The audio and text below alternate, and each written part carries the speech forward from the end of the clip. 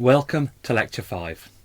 In this first part of Lecture 5, we're going to examine two things. Firstly, how we extend the finite difference method into two dimensions, and secondly, how we solve transient or time-dependent problems. There are two reasons why I'm doing this.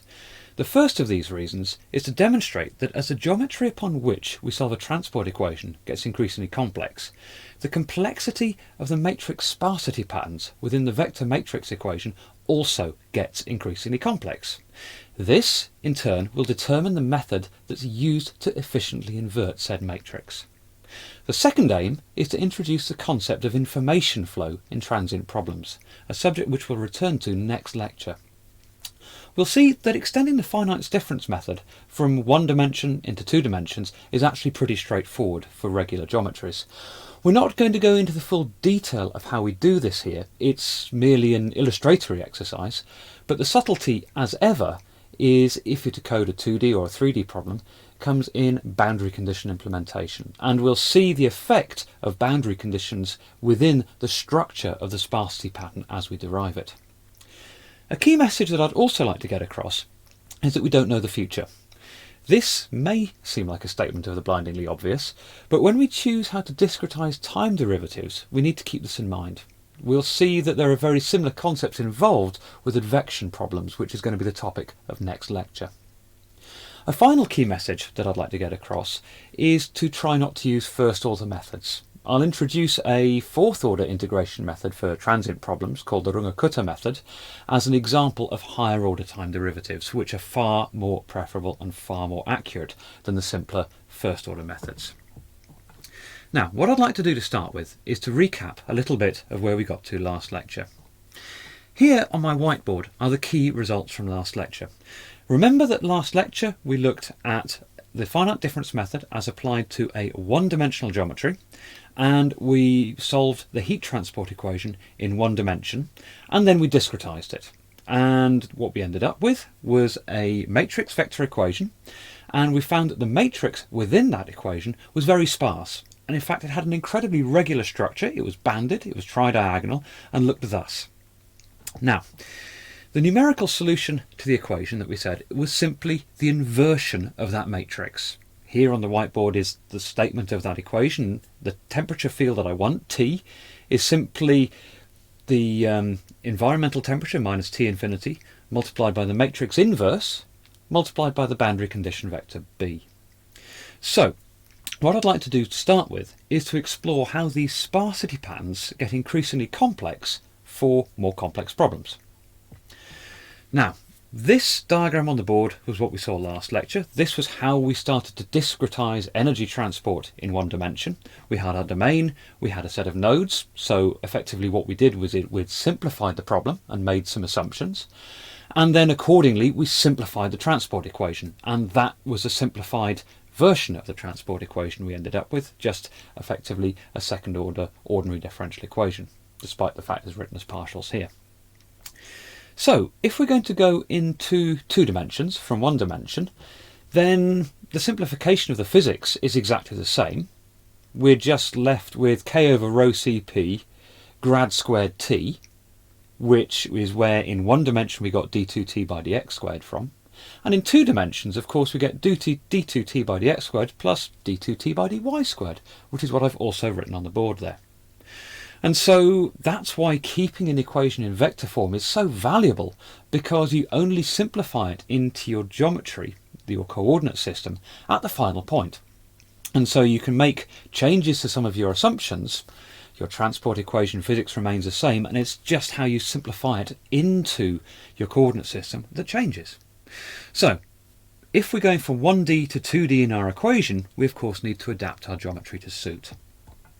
So, here on the whiteboard now is my updated array of nodes upon which I'm going to solve that transport equation. I've changed it from a line of nodes into effectively a rectangular grid of nodes. Now, what I need to do is to give each of these nodes an index. If you recall, from one dimension we had our node marker I plus 1, I minus 1, and we had n total nodes in our solution domain going from 1 to n. Now things are a little more complex because we've got n by m nodes, And if we look at the inset diagram that I've put on the board, we'll see that I've now given each node 2 indices. This is for clarity, and this is not what we're going to use, but it explains what we're doing. If you look at that group of 9 blue nodes in that inset box, the one in the middle I've labelled I, j.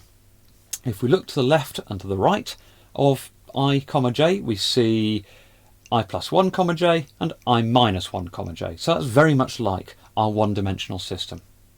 However, if we look up and down, because we now have the extra dimension to look up and down, we'll see we've got I, j plus 1 and then I, j minus 1.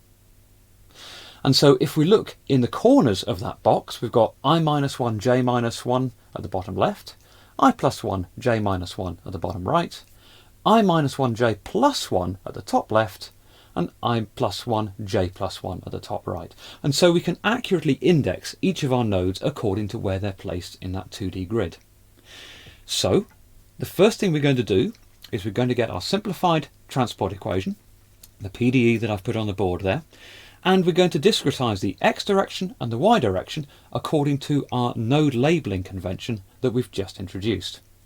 So if we look at the x direction nodes first, because they're the most familiar, so the terms in red, we can see the terms in red in the new equation on the board are effectively the same as the 1D case. We've got our ti plus 1 minus 2ti plus ti minus 1.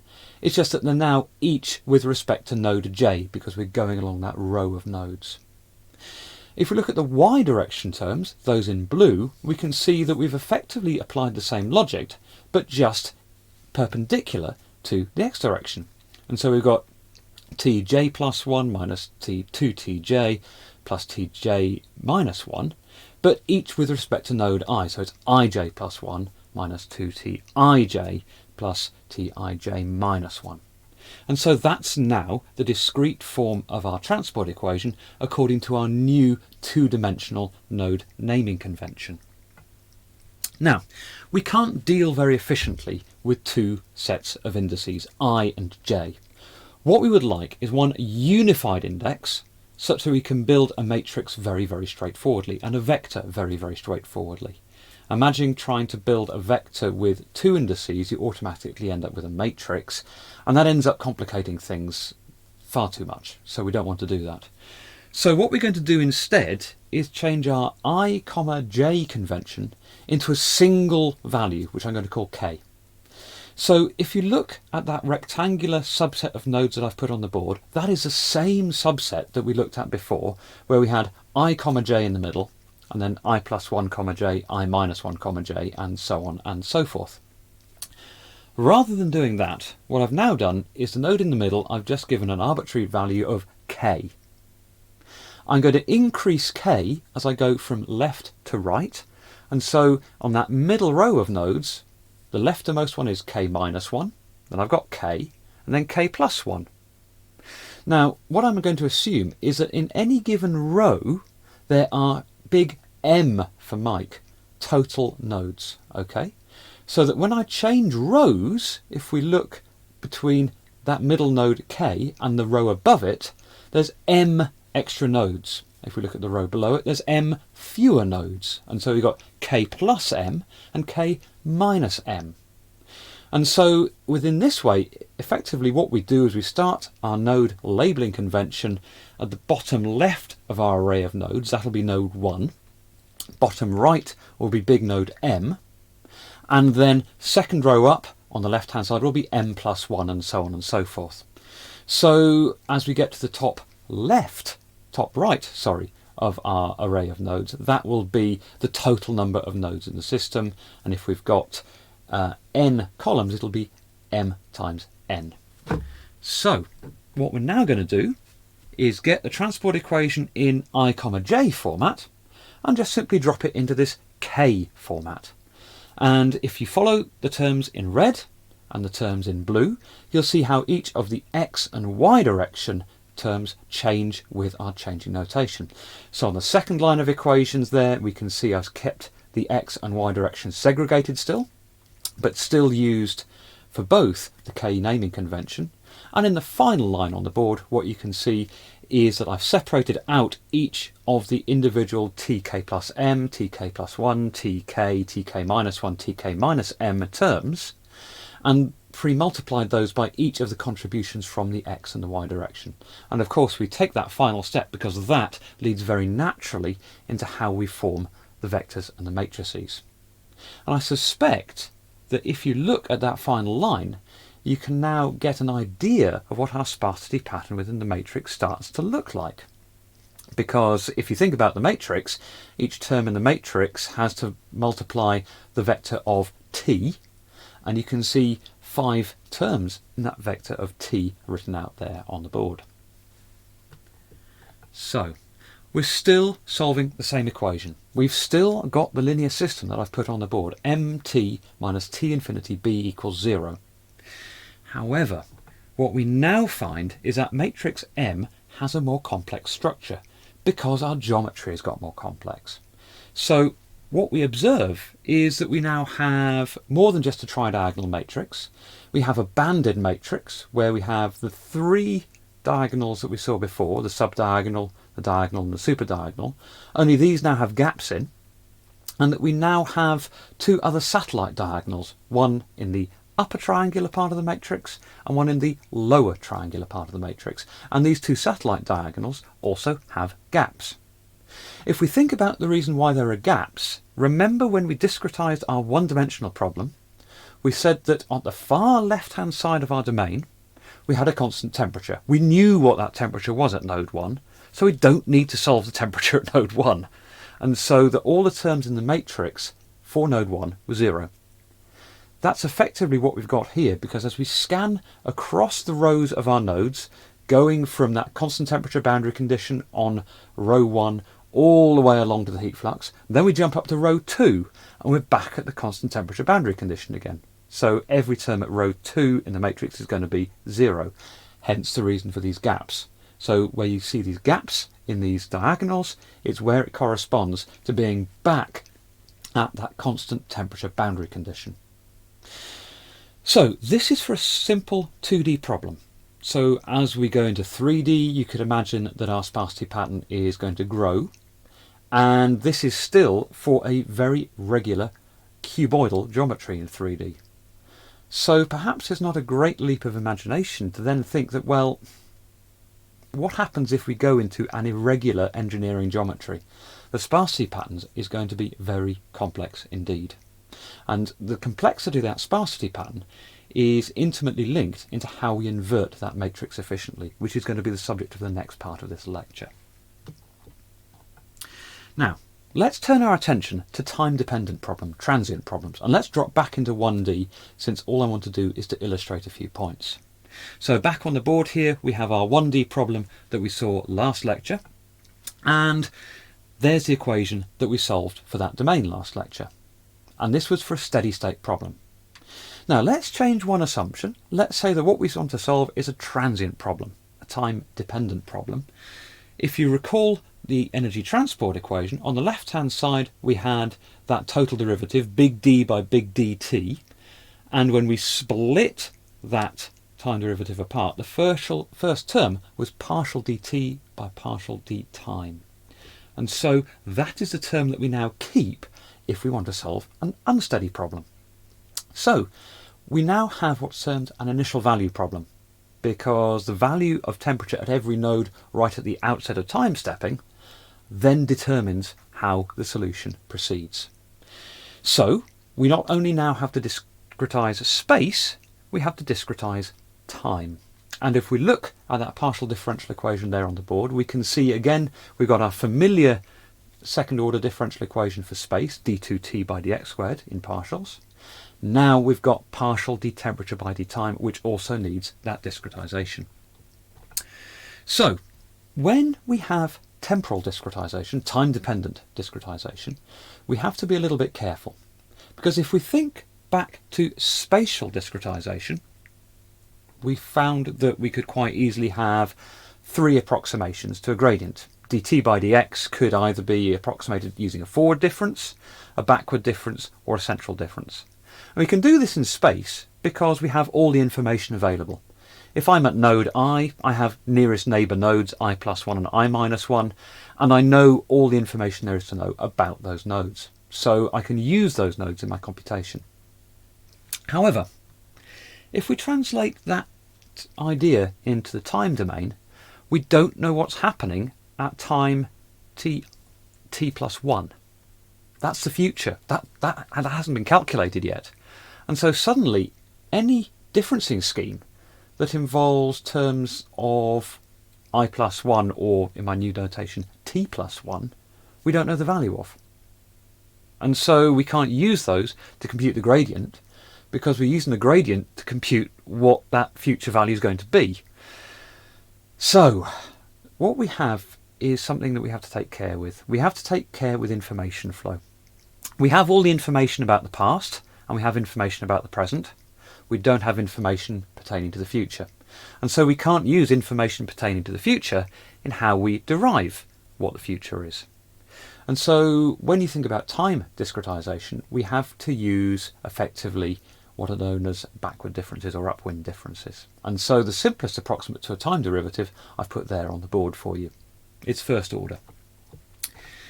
So in effect, what we have is the time derivative term being discretized in backward differences first order accurate. And then we're also marrying that up with the spatial discretization. So the final equation we're solving might look a little bit like this. On that middle line on the board, the left-hand side, I've got my time derivative. That's my approximation, albeit a crude one, to d time by d temperature by d time. And that's roughly equal to the spatial discretization, mt at t minus 1 plus t infinity b. T minus 1 is the last time step, where we know all the information. Subscript t is a time step that we want to calculate now. It's going to be the time step of the current solution. And so if we rearrange that equation, we can reasonably find out what the temperature at the current time step is, according to whatever the temperature field was at the last time step, plus whatever our spatial discretization term gives us, multiplied by what the value of that time step is, delta t.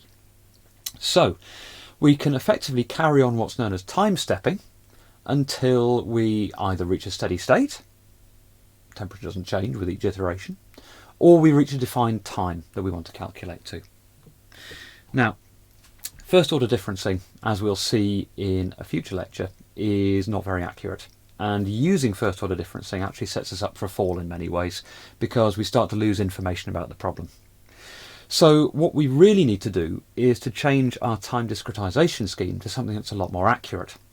So there's many schemes out there. A lot are based around the Rangakata scheme. Here on the board are pictures of Professor Dr. Carl Runge and Professor Dr. Martin-Kutta, and they derived what is now ubiquitously known as the Rangakata method, and that method goes roughly as follows. The first line of the equation there says that the temperature at current time, what we want to calculate, depends on past information. So there we go, we've got t at t minus 1, and there we've got four values of which are each called k, k1, k2, k3, k4. And k1 through to k4 can be written in terms of what we want that new temperature field to be. And so what we end up with is an equation there that we're going to have to rearrange in order to get t out. But this method gives us fourth order accurate time stepping. And of course this method has actually been extended to fifth order, sixth order accuracy, should that be required. Now all of this assumes that delta t is constant. This is what we call fixed time stepping. Now depending on the equations that we're solving, that time step may have to change. If we are solving parallel sets of differential equations where the characteristic time step for one equation is very different to the characteristic time step for another equation, sometimes you get this in chemical kinetics, then these problems are known as stiff. And what you have to do is to look at the gradients in your problem, choose your time step according to what is suitable for the strongest gradient, and then take the time step accordingly, then re-look at all the gradients again and adapt your time step as necessary. And this is something called adaptive time stepping. And you'll find adaptive time stepping and fixed time stepping in most numerical codes. So, a few key points to recap. The finite difference method can be easily extended from rectangular geometries from 1D to 2D and into 2D and 3D. And the point of showing you this was to demonstrate the fact that as the number of dimensions increases for a regular geometry, the sparsity pattern in the matrix vector equation also increases. That sparsity pattern is then going to be heavily influenced by how complex the geometry is as well. And so for complex 3D geometry, we have complex sparsity patterns. The second thing we looked at was time-dependent problems. And the key point here is that of information flow. We don't know the future. And so we have to discretize our time domain quite carefully accordingly. And so backwards type difference methods are used, but beware of first order methods. And that is why I introduced to you the Rangakata method, which is a fourth order accurate time stepper.